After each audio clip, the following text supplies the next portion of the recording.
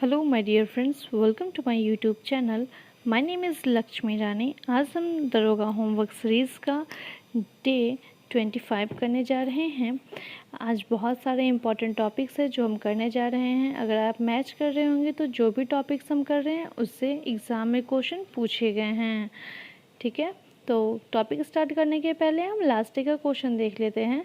Last day का question था कि हाल ही में मार्क रूटे लगातार चौथी बार किस देश के प्रधानमंत्री नियुक्त हुए हैं। तो इसका राइट आंसर है नीदरलैंड। मार्क रूटे नीदरलैंड के प्रधानमंत्री हैं, ठीक है। अब हम आते हैं आज के टॉपिक्स पे।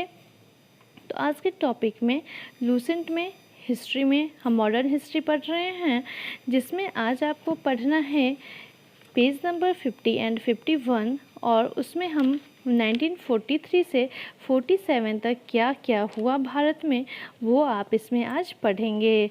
इसमें इम्पॉर्टेंट है कैबिनेट मिशन 1946, भारतीय संविधान सभा की स्थापना, उसके बाद है कि जो शिष्टमंडल के सदस्य थे वो कौन कौन से थे। कैबिनेट मिशन बहुत ही इम्पॉर्टेंट टॉपिक है, वो आप अच्छे से देख लेंगे। उसके बाद जब आप इसमें आगे आएंगे तो आज़ादी के बाद जैसे इनकलाब जिंदाबाद का नारा किसने दिया था, शहीद आजम के नाम से हम किन्हें जानते हैं, अखिल भारतीय हरिजन संघ की स्थापना किसने की थी, मोहम्मद अली एवं शौकत अली ने किस आंदोलन की शुरुआत की थी और कब की थी। इसमें गोलमेज सम्मेलन दिया हुआ है, वो बहुत इंपॉर्टेंट है। प्रथम, द्वितीय और तृतीय तीनों में आपको देखना है कब हुआ। तो बहुत इजी है कि प्रथम 1930, द्वितीय 31 और तृतीय 32 में हुआ। इसमें किसने भाग लिया, क्या किसी कांग्रेस के नेता ने भाग लिया था, ये सारी चीज़ें आप इसमें देख लेंगे। आर्य महिला समाज की स्थापना किसने की थी, ये इसमें आप अच्छे से पढ़ लेंगे। इससे एग्ज़ाम में क्वेश्चन रहने की संभावना बहुत अधिक है, ठीक है। अब हम आते हैं जियोग्राफी पे। जियोग्राफी में हम आज पढ़ेंगे दो महाद्वीप, अंटार्कटिका और उत्तरी अमेरिका। अंटार्कटिका छोटा टॉपिक है, इसमें आप देख लेंगे जैसे कि इसका तापमान कितना से कम रहता है, महासागर के दक्षिणी छोर को क्या कहते हैं, ये सारी चीज़ें इसमें देखने के बाद आप इसमें देखेंगे फिर कि दक्षिण अमेरिका में आप अच्छे से पढ़ लेंगे, समझेंगे। इसके इम्पॉर्टेंट पॉइंट्स को आप लिख सकते हैं या बुक में टिक आउट कर सकते हैं। इसके बाद हम आते हैं पॉलिटी में देखेंगे ज्योग्राफी का पेज नंबर 79 एंड 80 है। और पॉलिटी में आज आप पढ़ेंगे अंतर्राज्य परिषद, नीति आयोग, राष्ट्रीय विकास परिषद और वित्त आयोग। साथ ही आप लोक सेवा आयोग भी पढ़ लेंगे। ये सब छोटा छोटा टॉपिक है लेकिन इम्पॉर्टेंट है। जैसे कि नीति आयोग को पहले हम क्या कहते थे और किसने या फिर कब नीति आयोग को मतलब चेंज करके, जैसे पहले हम इसे योजना आयोग कहते थे, तो नीति आयोग कब हुआ, किसने किया, ये आप इसमें देख लेंगे। उसके बाद है कि नीति आयोग के प्रथम उपाध्यक्ष कौन थे, अंतर्राज्य परिषद किस अनुच्छेद में आता है, राष्ट्रीय विकास परिषद क्या है वो देख लेंगे। वित्त आयोग भी इम्पॉर्टेंट है, वित्त आयोग से ज़्यादा क्वेश्चन पूछता है कि ये किस अनुच्छेद में है, तो वो देख लेंगे। फिर किसकी सिफारिश पर वित्त आयोग को संसद के प्रत्येक सदन के समक्ष रखवाता है, ये सभी चीज़ें आप इसमें देख लेंगे। और प्रमुख कार्य देखेंगे। लोक सेवा आयोग उसके नीचे है, छोटा टॉपिक है, उससे भी आप पढ़ लेंगे। फिर हम आते हैं फिज़िक्स में आपको आज पढ़ना है प्रकाश, जिसका हम लोगों ने कल लास्ट 2 पेज किया था, जिसमें आपने प्रकाश के अपवर्तन के कारण घटने वाली घटनाओं को पढ़ा होगा। फिर कुछ उदाहरण देखे होंगे पूर्णांतरिक परावर्तन के। तो इसमें आज आप इसके आगे पढ़ेंगे लेंस की क्षमता में परिवर्तन, इंद्रधनुष दो प्रकार के होते हैं, प्राथमिक और द्वितीयक। फिर आप देखेंगे प्राथमिक द्वितीयक रंग। ये क्वेश्चन पूछता है कि प्राथमिक रंग हम लोग किसे कहते हैं, तो याद रखेंगे लाल, हरा और नीला को हम प्राथमिक रंग कहते हैं। वस्तुओं के रंग, ये सब देखने के बाद जब आप फिर आएंगे तो देखेंगे मानव नेत्र, इसे भी आप पढ़ लेंगे। इसे क्वेश्चन आता है ऐसे निकट दृष्टि दोष, दूर दृष्टि दोष को, जैसे कि इसमें रोग का निवारण भी दिया हुआ है, किस लेंस का। हाँ, एग्ज़ाम में ये क्वेश्चन रहते हैं कि अगर किसी को दूरदृष्टि दोष है तो किस लेंस का प्रयोग किया जाएगा, या फिर उत्तर लेंस किस रोग दोष में किया जाता है, वो आप इसमें पढ़ लेंगे। सूक्ष्मदर्शी एवं दूरदर्शी भी आप इसमें देख लेंगे। अब हम आते हैं नेक्स्ट होमवर्क पे। नेक्स्ट होमवर्क है बायो में आज आप पढ़ेंगे प्रदूषण और प्राणी विज्ञान, पेज नंबर 258 एंड 259। प्रदूषण में आप वायु प्रदूषण, जल प्रदूषण और ध्वनि प्रदूषण को देखेंगे। 3 प्रकार के प्रदूषण होते हैं, वो आप देख लेंगे। ऐसे तो 5 प्रकार के होते हैं, जैसे कि वायु प्रदूषण, जल प्रदूषण, ध्वनि प्रदूषण, मृदा प्रदूषण और नाभिकीय प्रदूषण। ठीक है, इसे पढ़ेंगे और समझेंगे। इसके बाद हम देखेंगे प्राणी विज्ञान में। आज सिर्फ फर्स्ट पेज ही आप पढ़ेंगे, जंतु जगत का वर्गीकरण। ठीक है, इसमें सारी चीज़ों को दिया गया हुआ है और साथ ही साथ उसके लक्षण को भी बतलाया गया है, जैसे एक कोशिकीय प्राणी, द्विकोशिकीय प्राणी, इन सभी चीज़ों के बारे में इसमें आप पढ़ेंगे अच्छे से और समझेंगे।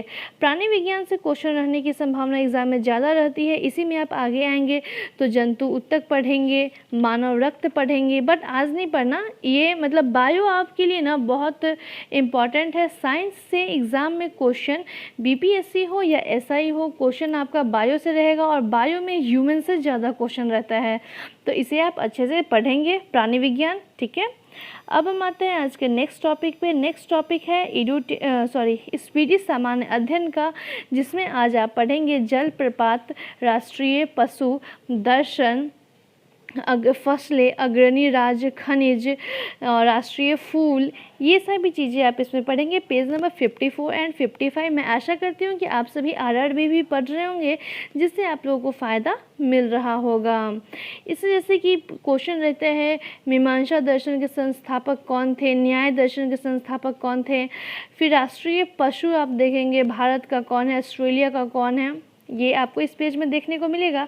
फिर हम आते हैं इधर, तो छोटा सा 1 लाइनर टाइप में एक नोट्स टाइप का दिया हुआ है, वो हम कर रहे हैं। तो इसमें आज आप विश्व का इतिहास और भूगोल दोनों करेंगे। Page number 179 and 182। इसमें आप विश्व का भूगोल, पहले भारत विश्व का इतिहास पढ़ लेंगे, वाले रिवीजन करना है आपको, रीड करना है, और फिर आप विश्व का भूगोल समझेंगे और पढ़ेंगे इसको। ठीक है, विश्व के भूगोल से भी क्वेश्चन रहता है, बट ज़्यादा फोकस आपको भारत के भूगोल पे करना चाहिए। ठीक है, अब हम आते हैं नेक्स्ट होमवर्क पे। इसमें 10 सेट हम करेंगे 231 to 240, पेज नंबर 241 to 243 तक। ठीक है, अब हम आते हैं स्पीडी सामान्य विज्ञान पे, जिसमें हम लोगों को पढ़ना है आज रोग, पदार्थ और अम्ल, स्रोत, ये सभी चीज़ें आप इसमें पढ़ेंगे। जैसे कि कुछ औषधियाँ दी गई हैं, जैसे तंबाकू में कौन सी औषधि होती है, निकोटीन। आप याद रखेंगे तंबाकू, शिनकोना की छाल, कॉफ़ी, चाय, अफीम, कवक, ये ज़्यादा पूछता है एग्ज़ाम में। ठीक है, उसके बाद इधर आप तरंग दैर्ध्य देख लेंगे, किसका सबसे अधिक होता है, किसका सबसे कम होता है। प्रोटीन में पोषक तत्वों के स्रोत कौन कौन से हैं, मनुष्य में होने वाले रोग एवं कारक क्या हैं, ये सारी चीज़ें आपको इस पेज में देखने को मिल जाएगी, जो बहुत ही इंपॉर्टेंट टॉपिक्स है, एग्ज़ाम से रिलेटेड है। ऊपर में आपको देखने को मिल जाएगा उत्पन्न किस चीज़ से कौन सा रोग, जैसे वायरस से कौन कौन से रोग होते हैं, बैक्टीरिया से कौन से होते हैं, प्रोटोजोआ और फफूंदी से कौन कौन से रोग होते हैं।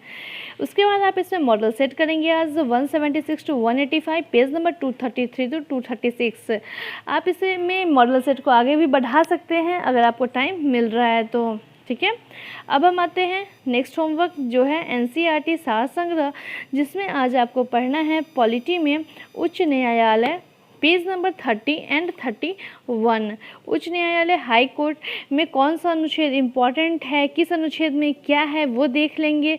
फिर देखेंगे न्यायाधीशों को हटाने की प्रक्रिया में 3 सदस्यीय समिति होती है, तो क्या भारत के मुख्य न्यायाधीश या उच्चतम न्यायालय का कोई वरिष्ठ न्यायाधीश, उच्च न्यायालय का मुख्य न्यायाधीश और एक प्रख्यात विधि वेता होता है। संपत्ति का अधिकार वर्तमान में वैधानिक अधिकार है, ये सभी चीज़ें आपको इसमें देखने को मिल जाएगी। और फिर आप देखेंगे कि किस मतलब कि कोलकाता के स्थापना वर्ष कब हुई, राज्य, क्षेत्रीय क्षेत्राधिकार और मुख्य पीठ एवं खंडपीठ। ठीक है, अंडमान निकोबार द्वीप का जो उच्च न्यायालय है वो कोलकाता में ही है। दादर नागर हवेली दमन और दीव गोवा और महाराष्ट्र का मुंबई में है। तो ये 2 इम्पॉर्टेंट हो जाता है, वैसे तो आपको पूरा पढ़ना है, ठीक है।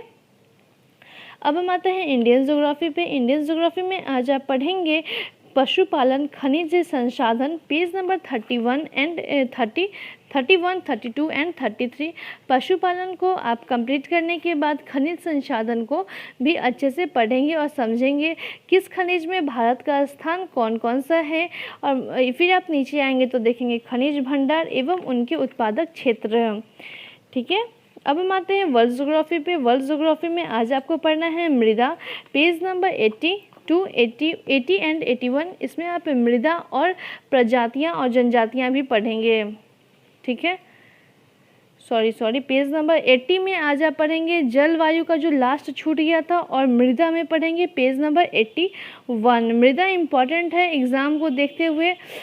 फिर हम आएंगे बायो पे। बायो में आज आप विविध का लास्ट पेज करेंगे, पेज नंबर 3, मतलब पेज नंबर 69 जो कि लास्ट है। बायो हम लोगों का कंप्लीट, हम लोगों ने बहुत सारे सब्जेक्ट्स को कंप्लीट कर लिया, जैसे कि साइंस हमारा कंप्लीट हो चुका है, साइंस एंड टेक को हम कंप्लीट कर चुके हैं, पर्यावरण हमारा कंप्लीट हो चुका है। अब हम आज हमारा एंशिएंट हिस्ट्री का भी लास्ट टॉपिक है, भारतीय अर्थव्यवस्था चल रहा है, खेल कूद और पुरस्कार एवं सम्मान, ये करेंट से रिलेटेड क्वेश्चन है, टॉपिक है, इसलिए इसे हम एनसीईआरटी से कंप्लीट नहीं करेंगे। अब विविध हम कर ही रहे हैं, तो अब बहुत कम टॉपिक है जो हमें बच गया है, ठीक है। Ancient complete. अब हम देखेंगे मिडाइवल हिस्ट्री में, जिसमें हम मुग़ल कर रहे हैं। मुग़लों में आज आप पढ़ेंगे अकबर के बारे में, जो लास्ट एक पेज बच गया था वो पेज नंबर 42, और उसके बाद जहांगीर और शाहजहां। अकबर के दरबार में 9 रत्न थे, वो कौन कौन से थे, उनका क्या काम था वो देखेंगे, और अकबर के प्रमुख विजय कौन कौन से थे ये आप इसमें पढ़ेंगे, और जहांगीर और शाहजहां का ने क्या क्या किया था वो देखेंगे। जैसे मयूर सिंहासन का निर्माण किसने करवाया था, तो शाहजहां ने करवाया था। फिर आप इसमें देखेंगे कि शाहजहां के शासनकाल में प्रमुख चित्रकार कौन कौन थे, तो उस्ताद मंसूर और अब्दुल हसन। विलियम हॉकिंस इसमें आए थे, वो आप देखेंगे। मुग़ल शासक का मकबरा कहाँ स्थित है ये आप देख लेंगे, ठीक है। इसके बाद हम आते हैं मॉडर्न हिस्ट्री पे। मॉडर्न हिस्ट्री बहुत इंपॉर्टेंट रोल निभाता है बीपीएससी और एसआई के लिए, तो कितना भी हो आप मॉडर्न हिस्ट्री पे ज़्यादा फोकस करेंगे। मॉडर्न हिस्ट्री में राजनीतिक संस्थाएं एवं कांग्रेस को आज आप पढ़ेंगे, पेज नंबर 67 एंड 68 एंड 69। भारतीय राष्ट्रीय कांग्रेस की स्थापना कब हुई, किसने की, ये देखने के बाद भारतीय राष्ट्रीय कांग्रेस के प्रमुख तथ्य क्या क्या थे। और पेज नंबर 69 में आप देखेंगे महत्वपूर्ण वार्षिक अधिवेशन, जैसे 1885, 86, 87, 1907, 19, ये सारी चीज़ें आपको इसमें आज देखने को मिल जाएंगी। फिर हम आते हैं इकोनॉमिक्स पे। इकोनॉमिक में आज आपको पढ़ना है मुद्रास्फीति और मौद्रिक नीति, ये भी इम्पॉर्टेंट है, दरोगा से रिलेटेड है। मैं जो वीडियो बतलाई थी कि कौन से बुक सब्जेक्ट से कौन कौन टॉपिक इम्पॉर्टेंट है, उसमें ये टॉपिक था, तो इसे आप अच्छे से पढ़ेंगे। पेज नंबर 10 एंड 11, मुद्रास्फीति एवं मौद्रिक नीति, इसे एग्ज़ाम में क्वेश्चन रहता है। अब हम आते हैं आज के लास्ट टॉपिक विविध पे। विविध में आज आप पढ़ेंगे विश्व में प्रथम महिला, पेज नंबर 5 और विश्व में प्रथम, ये भी आप कर लेंगे नीचे 5 एंड 6, ठीक है। अब हमारा विविध भी कंप्लीट ही है, कल हम जब भारत में सर्वाधिक लंबा, बड़ा और ऊंचा देख लेंगे तो, ठीक है। अब हम आते हैं इसके बाद करंट अफेयर्स पे। तो एडुटेरिया के करंट अफेयर्स में आज हम करेंगे 2021 में शुरू अभियान, प्रमुख वेब ऐप और प्रमुख वेब पोर्टल, इसे आप देख लेंगे। जैसे दोस्त फॉर लाइफ ऐप की जारीकर्ता कौन है, तो सीबीएसई हैं। मानस ऐप के जारीकर्ता कौन है, सीबीएसई है। कोविन ऐप के जारीकर्ता कौन है, ये देख लेंगे। और फिर आप प्रमुख वेब पोर्टल भी देख लेंगे, जैसे ई छावनी के जारीकर्ता कौन है, ठीक है। हमारा करंट अफेयर्स भी लगभग कंप्लीट हो चुका है, बस 2 से 3 टॉपिक और बचा हुआ है इंपॉर्टेंट एडुटेरिया से।